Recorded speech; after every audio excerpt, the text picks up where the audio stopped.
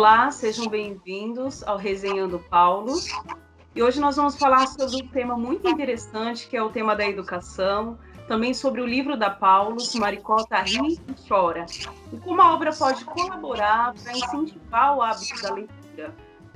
E para falar um pouquinho do tema, eu converso agora com a professora e pedagoga Marisa Lima Gonçalves. Ela é formada em Administração de Empresas, pós-graduada em Orientação Educacional e Psicopedagogia.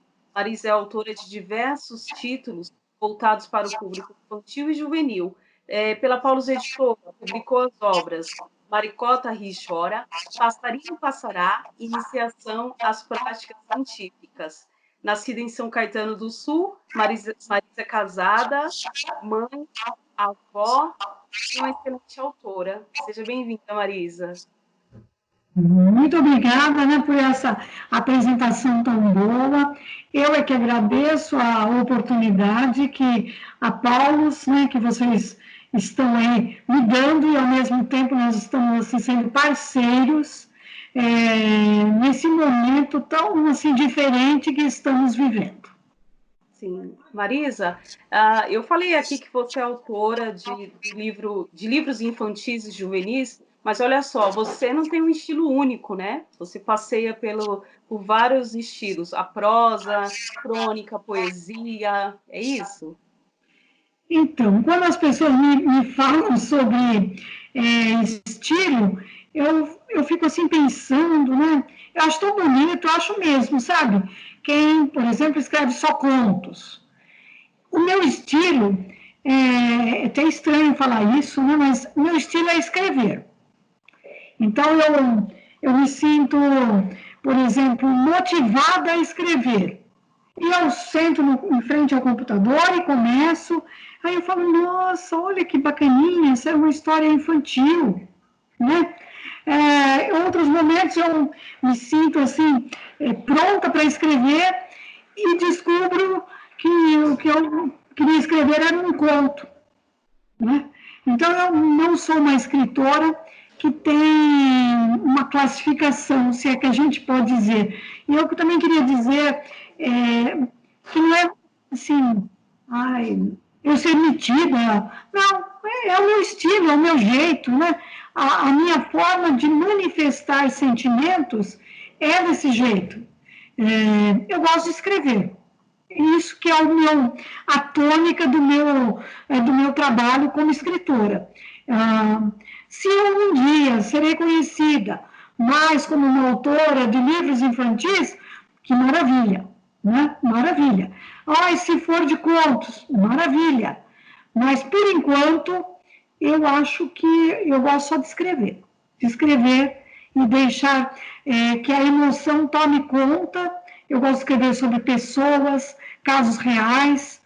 Então, que a emoção tome conta e que esses casos reais venham à cena, que apareçam e que o público goste. Sim.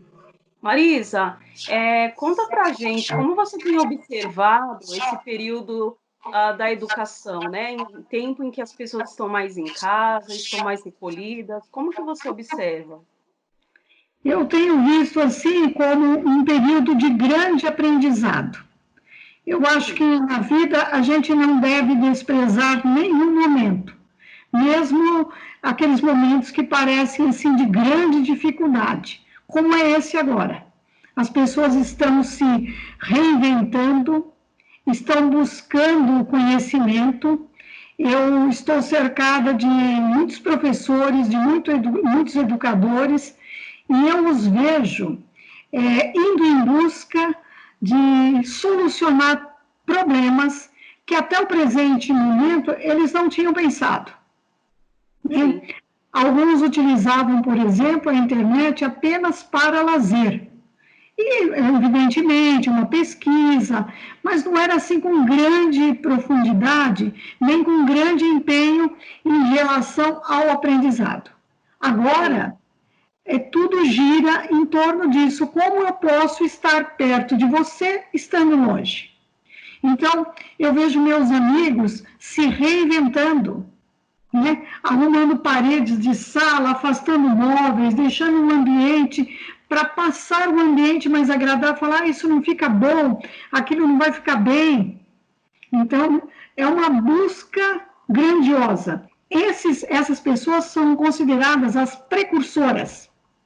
Estão puxando uma fila que antes não era puxada. Esses professores, primeiro, merecem um respeito muito grande. Há falhas? Claro que há, mas eles estão abrindo caminho. E é isso que eu tenho sempre um olhar positivo para essas ações, que esses professores não desanimem. Sim. Marisa, olha, tem muita gente falando assim, olha, o ano letivo já está perdido, como que a gente pode fazer para melhorar essa situação, especialmente em casa? Você acha que está perdido o ano? Como que pode melhorar? Isso falando para os pais, para os professores. Veja, Cleane, dá só uma olhadinha na palavra perdida. Sim. Perdida é uma palavra muito complicada. Ah, cadê aquela minha chave? Está perdida. Perdida significa que provavelmente não vou achar. Né? Aí, sei lá, e aquela blusa? Foi perdida, perdi lá no metrô. Agora, um ano, vida, a gente não perde. Não perde. Porque se ninguém aproveitar essa lição que está agora, aí vai ser perdido mesmo. Né? Esse é o momento até de introspecção. Você olhar para si mesmo e falar como eu quero conduzir minha vida. Porque agora é um grande teste. Como é que você vai reagir diante de uma enorme dificuldade na vida? É agora, a prova está aí. É óbvio que não é fácil, para alguns não está sendo fácil. Você pega uma criança que não tem recurso, que não tem professores com ânimo para buscá-la, para trazê-la, onde ela mora é afastada. É óbvio que é um desafio. É um desafio. Essa criatura, ela precisa ganhar um troféu, porque ela está enfrentando um desafio, às vezes, maior do que outros. Mas como que a gente vai lidar com essa criança? Eu sozinha? Você sozinha? Aquela professora sozinha? Não. Quando a gente unir forças. Eu tenho recurso, mas não tenho, não estou usando esse meu recurso. Por que não apadrinhar uma criança? Olha que interessante. Seria uma forma de... Ao invés de você jogar pedra e falar, por que ele não faz, o outro não faz, o ano está perdido. Não, o ano não está perdido, não. E de que forma essas pessoas podem apadrinhar? Porque, por exemplo, a gente sempre descobre alguém que precisa de ajuda. Sim. Basta conversar com uma professora, falar, fulana, como é que estão os seus alunos? Todos têm internet? Todos têm computador? Todos têm acesso? Ah, não tem um fulaninho. Então, entre em contato com o fulaninho. Quanto custa a internet dele? 30? 40? 50? Quanto que custa? Ai, 150, 200. Bom, não posso pagar sozinha, mas, Cleane, você não pode contribuir comigo mensalmente para a gente apadrinhar um menino? Certo? Quanto você pode me dar? 30? Tá bom. Então tá. Eu chamo mais uma amiga, a gente apadrinha em grupo. Agora, o que a gente não pode é ficar falando, espalhando notícias sem fazer uma ação positiva. É óbvio que não é fácil. O que é fácil nessa vida? Não é fácil nada, Cleane. Nada, nada, nada é fácil. Mas a gente pode criar ações solidárias. Agora é o momento. A grande aula está acontecendo agora. As pessoas dizem, fica em casa. Ficar em casa não significa ficar ali morto, parado. Quais são as ferramentas que você tem? O que você pode fazer para ajudar o outro? Ajudar a si mesmo. Né? E eu seria capaz de falar para você 10 ações de solidariedade que a gente pode fazer sem sair de casa. Se você quiser, você pode rezar para alguém. Quantas pessoas que estão doentes nos hospitais e não recebem uma visita, uma oração? Sim. Então, a gente pode ampliar. Isso aí, pensando nessa parte de caminhada, Marisa, você acredita que hoje os papéis têm se invertido? Os pais em casa estão fazendo o papel do professor? Como que pode a gente criar uma estratégia, um tipo de empatia? Eu vou falar uma coisinha primeiro sobre paternidade e maternidade. Quando a gente põe um filho no mundo, esse filho é para sempre. Às vezes a gente não estava muito preparado para receber aquela pessoa, mas a pessoa está ali. Então, desde os primeiros passos, a gente é o professor daquela criança, mesmo que não queira. A gente começa a ser o espelho. Alguns pais estão surpresos como os professores de seus filhos davam conta de 40 alunos na sala. Eles não conseguiam nem dar conta de um. Então, olha que aprendizado para o pai, ele descobrir que aquela pessoa que ele deixa o filho lá, né, consegue fazer uma coisa que ele nunca imaginou. Ele passa a valorizar um pouquinho mais. Isso. Outro ponto, ele nunca vai ser ex-pai nem ex-mãe. Mais uma vez, precisa arregaçar a manga. Ele não sabe como fazer? Ninguém nasce sabendo. Eu lembro, assim, quando eu era pequena, sei lá, tinha uns 10 anos, 9, 10 anos, por aí, eu falava para minha mãe, quando que você vai me ensinar a fazer arroz? E ela falava para mim, mas eu já estou ensinando faz tempo. Mas eu não sei, ela, você fica aqui me olhando, eu já estou te ensinando faz tempo. E eu, então, quando você vai fazer, vai me deixar fazer? E ela me falou, hoje. E eu pensei, meu Deus, era muita responsabilidade fazer um arroz. Não é? Fazer um arroz é muita responsabilidade, porque são várias etapas. Então, o pai que não está preparado, quando você vai aprender, pai? Quando você vai se preparar? Agora. Este é o momento. É óbvio, né, Cleane, que o pai tem que pensar no sustento. No sustento, quando eu falo pai, eu incluo pai e mãe, né? Tem que pensar no sustento, tem que pagar as contas. Eu sei que isso é muito complicado. É muito complicado. Mas nós somos compostos de várias partes. Uma parte nossa cuida do sustento. Uma parte nossa cuida da manutenção assim, material da casa. Uma parte nossa cuida do amor. Então, tem que ter uma parte para cuidar desses filhos.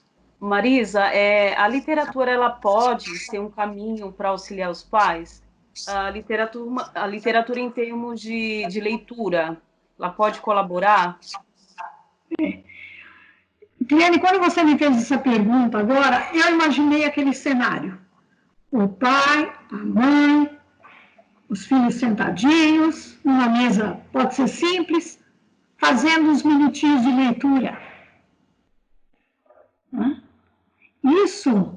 Isso seria, assim, um milagre no atual tempo. As famílias, as pessoas em geral, elas não têm noção do quanto a leitura nos acrescenta. Eu já li livros que eu achei tão ruim, mas tão ruim. Eu pensava, meu Deus, mas que livro ruim, né? Que pena. Quando eu cheguei ao fim, eu pensei, que pena nada, né? Que bom que eu já consigo avaliar esse livro. Olha que interessante. Então, a gente tem que olhar por esse lado positivo. Então, como que a família deve fazer? 10 minutinhos.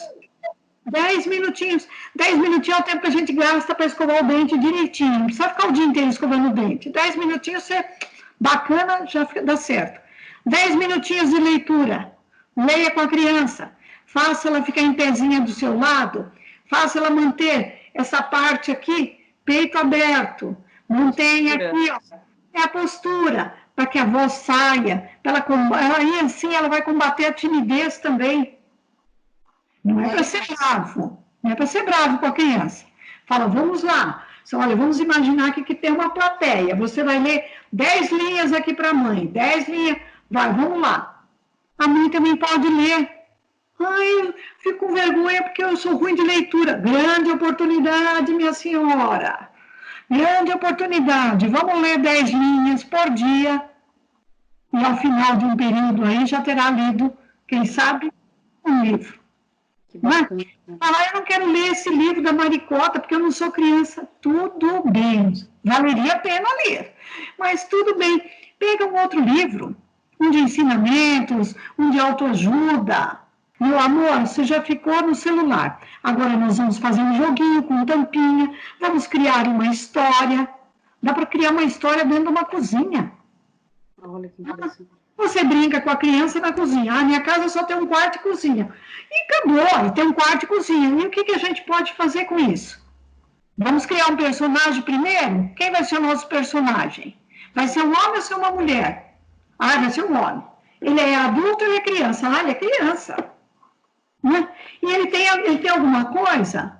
Ele tem um poder mágico? Fala isso para a criança. Fala isso que ele tem um poder mágico. Só atrai a atenção. Imagina, não tem uma criança que você não fale.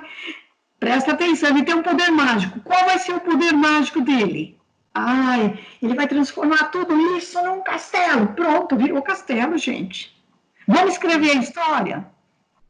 Aí, tem criança que se você não começa um pouco para o celular, um pouco para a TV, um pouco para o computador, um pouco para a leitura, porque às vezes o pai e a mãe também precisa e vai ser bom, um pouco para a imaginação, para a criatividade.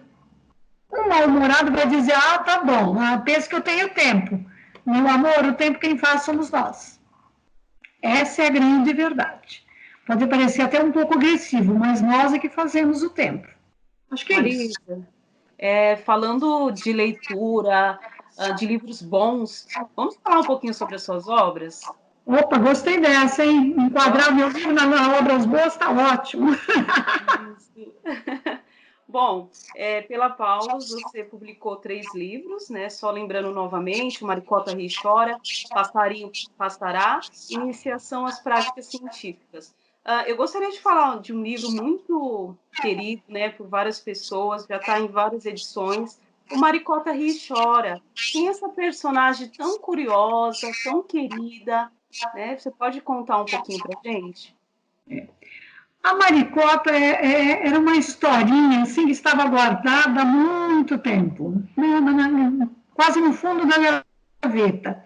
Ela é uma mistura, um pouco das minhas vivências na infância e outra da minha observação de alunos, né? Sim. De alunos, assim, em alguns pontos comuns, alunos que choravam muito, e também outros que riam muito, né?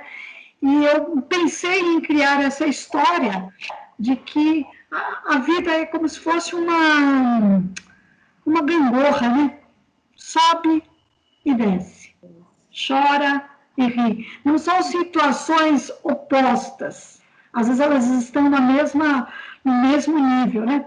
Mas essas pessoas que eu encontrei na vida, fazendo a Maricota, eram muito fortes, né? Eram crianças assim, que tinham esse lado emocional bem aflorado. Então, eu fui aproveitando algumas coisas, né, da Maricota.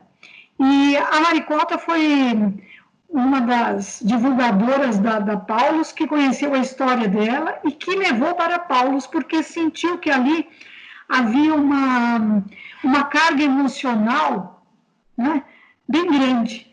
Mas ninguém imaginava, por exemplo, que a Maricota, para os tempos atuais, ia casar como uma luva. Porque o que a gente tem visto nos momentos agora é um pouco do chorar e um pouco do rir. A Maricota já está ficando grandinha, mas a gente pode aproveitar esse livro agora, que é um livro que pode retratar as questões emocionais de uma maneira muito, muito grandiosa. É uma explosão de sentimentos. Isso. Então, a Maricota vai levando esse passeio pelas emoções. Dentro do livro Maricota também as metáforas, né? O que são as metáforas? É aquele, eu costumo falar que é o papel do bombom. Sabe, aquele papelzinho que a gente põe para enfeitar as coisas. Que a gente põe ali, dá uma floreadinha nas coisas da vida. Que às vezes a gente não quer falar de forma assim crua, a gente põe um papelzinho ali para dar um encanto. E a Maricota dá isso. Então, eu sou suspeita para falar da Maricota, né?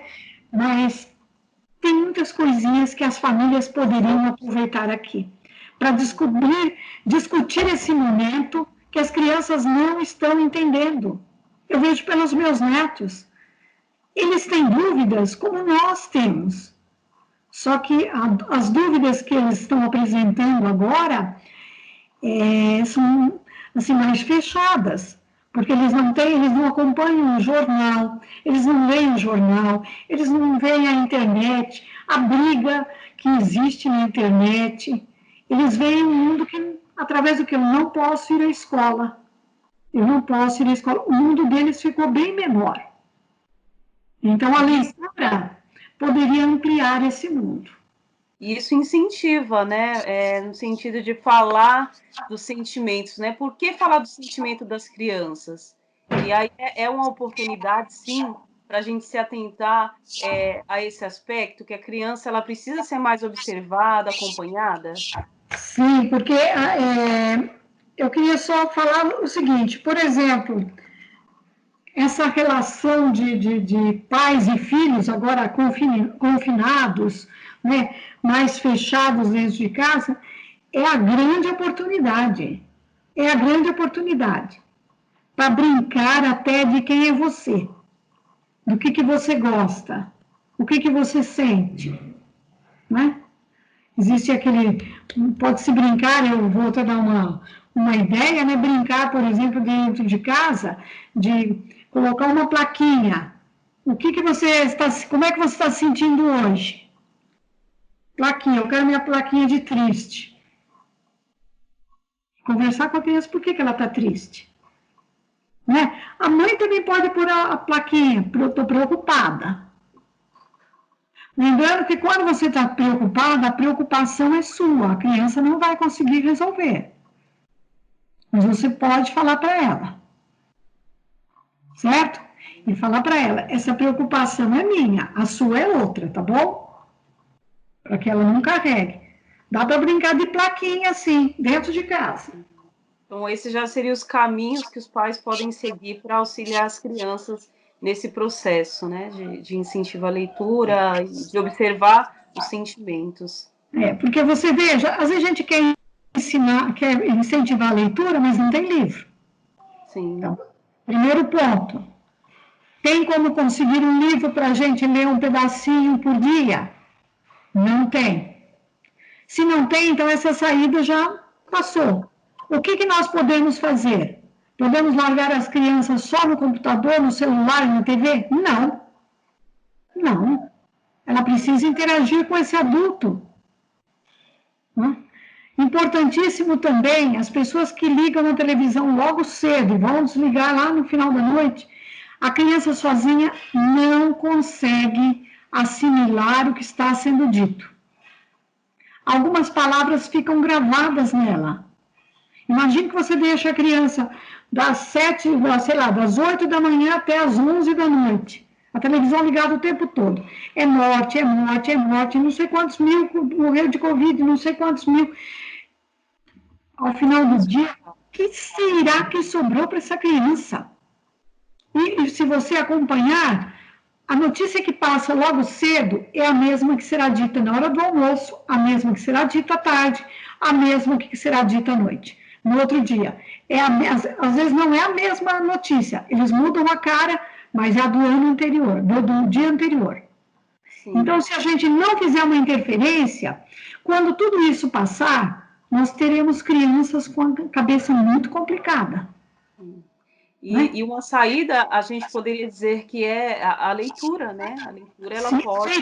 A leitura, com certeza. Eu estou falando isso, Clênia, porque quando a gente, nessa nossa conversa, nós temos que abranger os que têm condições de comprar um livro e os que não têm. Eu sugiro a quem tem condições de comprar um livro que compre 2. Um para o seu filho e um para doar. Olha que interessante. Porque tem muita gente que tem condição de comprar até mais. E tem muita gente que até guarda muito livro, não, né? Para que você vai guardar se você leu? Passa para frente, ajude, né? Incentive. Eu compro uma maricota, né? Eu vou falar da minha maricota. Eu compro uma maricota. Ao invés de comprar um, eu compro 2.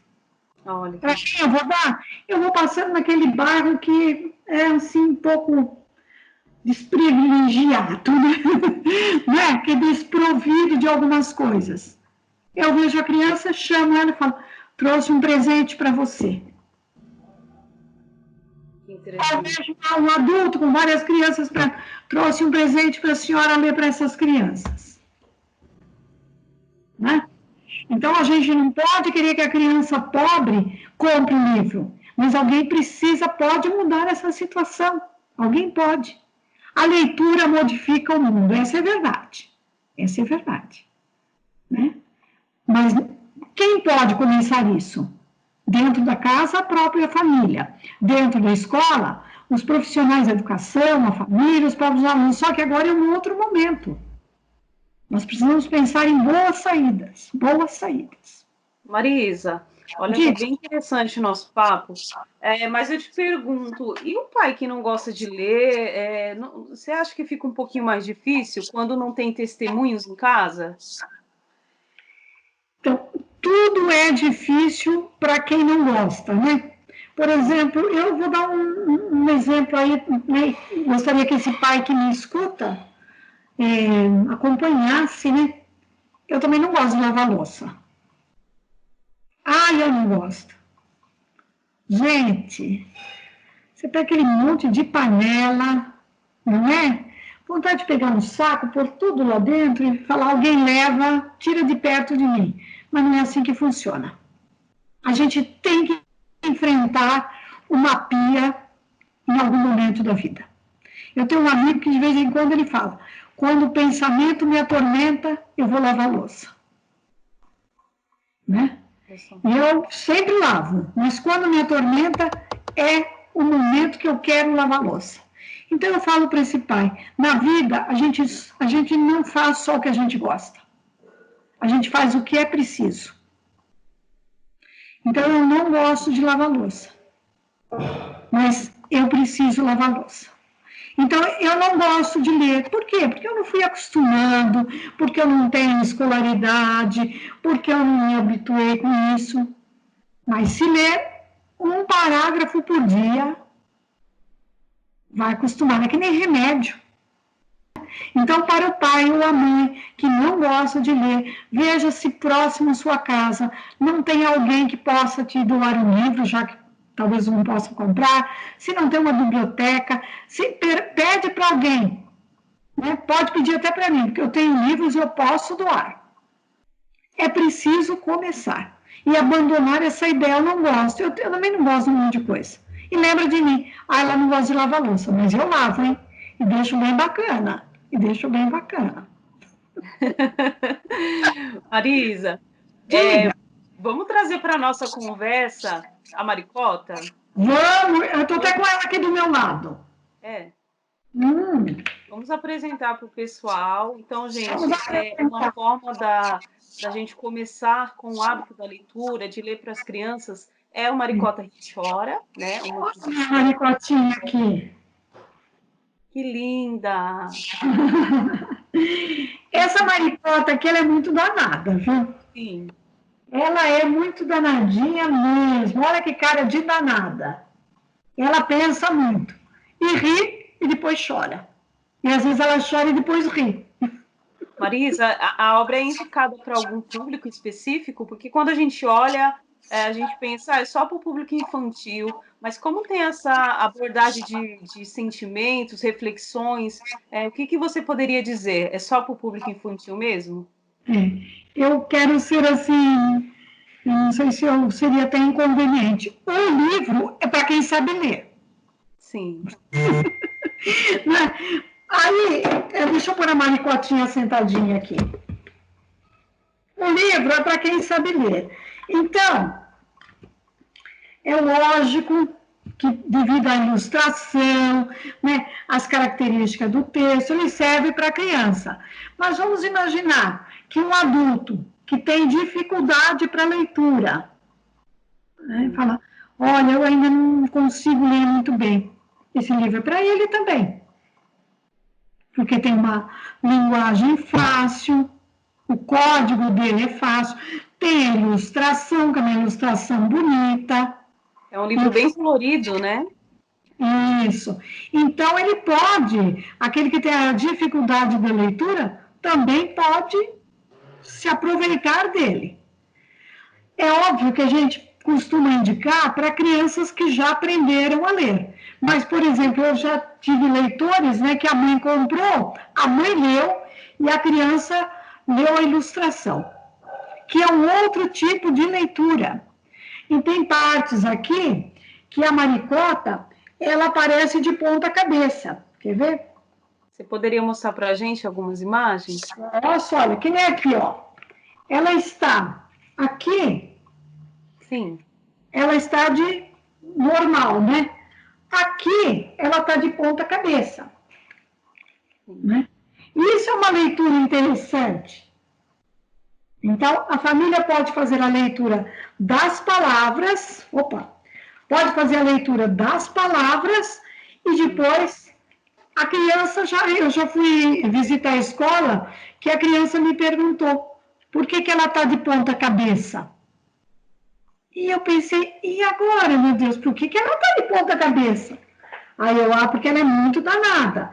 Eu falei, mas você vê que na cabeça dela, olha, saem essas bolinhas, que são as ideias. É o momento que ela vai deixando as ideias caírem na terra. Nós precisamos ser criativos. E se a criança, e quem estiver lendo para ela não tem a resposta, fala, vamos escrever para a escritora? Tem aqui o nome da editora, ela escreve lá, certo? E a editora fazer contato comigo e eu respondo para a criança pessoalmente. Então, assim, esse livro é uma fofura. Não é porque eu escrevi, não. Mas ele é uma fofura. Mas o livro pode ser aconselhado para qualquer tipo de leitor. Se for para ler sozinho, a partir do momento que esteja alfabetizado. Né? E se for com o auxílio da professora, dá para ampliar o vocabulário, dá para sentir a história de uma outra maneira. Mas a criança consegue ler sozinha. Que bacana. Então fica a dica, Maricota Ri Chora, que vai auxiliar muitas pessoas, especialmente os pais, né? As crianças nesse cenário de aprendizado, né? Então, sim, com certeza. Marisa, já para a gente ir caminhando para o fim, vamos falar um pouquinho rapidamente das obras Passarinho Passará, Iniciação às Práticas Científicas. O Passarinho Passará é uma grande metáfora do amor. Né? Então, antes de falar do livro, eu queria que a gente falasse de amor. Amor, assim, é um sentimento muito danado. Ao mesmo tempo que ele nos leva ao crescimento, nos traz uma elevação espiritual, uma reflexão emocional, ele também pode ser uma armadilha. Por que uma armadilha? Porque quando a gente não sabe lidar diretamente com ele, a gente se torna um pouco prisioneiro. E o Passarinho Passará vai falar mais ou menos disso daí, né? Assim, como que a gente, amando, a gente quer aprisionar. Como que a gente, amando, a gente quer... Porque às vezes a gente gosta tanto, eu gosto tanto de você que eu quero você aqui para mim, né? E o Passarinho Passará vai falar desse sentimento com a criança, com o adulto, assim, de uma forma sutil, metafórica, vai levar a criança a refletir sobre isso.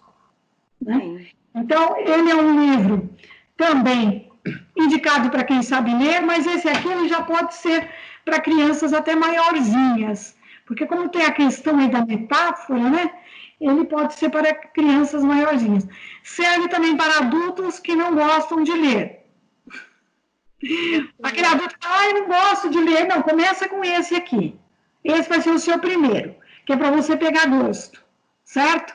E depois você vai chegando nos mais grossos, nos mais complicados, né? Que a gente, se é assim que a gente pode dizer, né?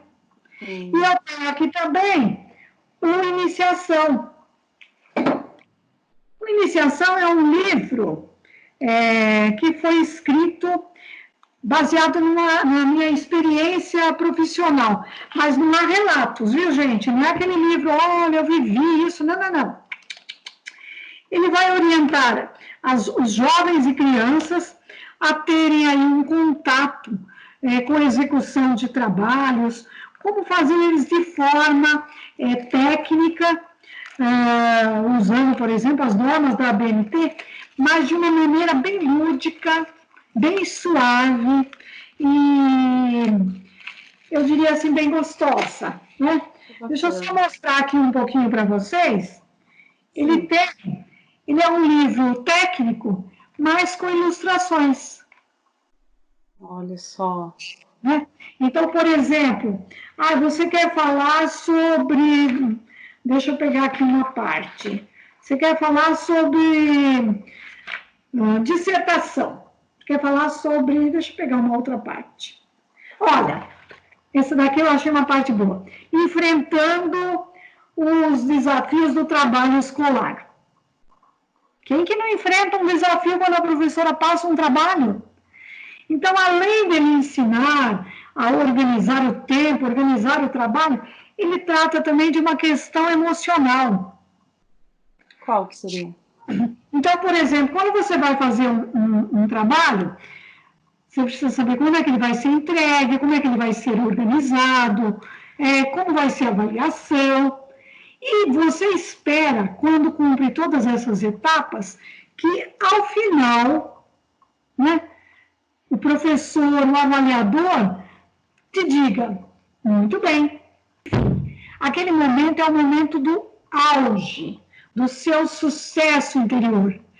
Quem já ganhou uma nota, um elogio bacana, sabe do que eu estou falando.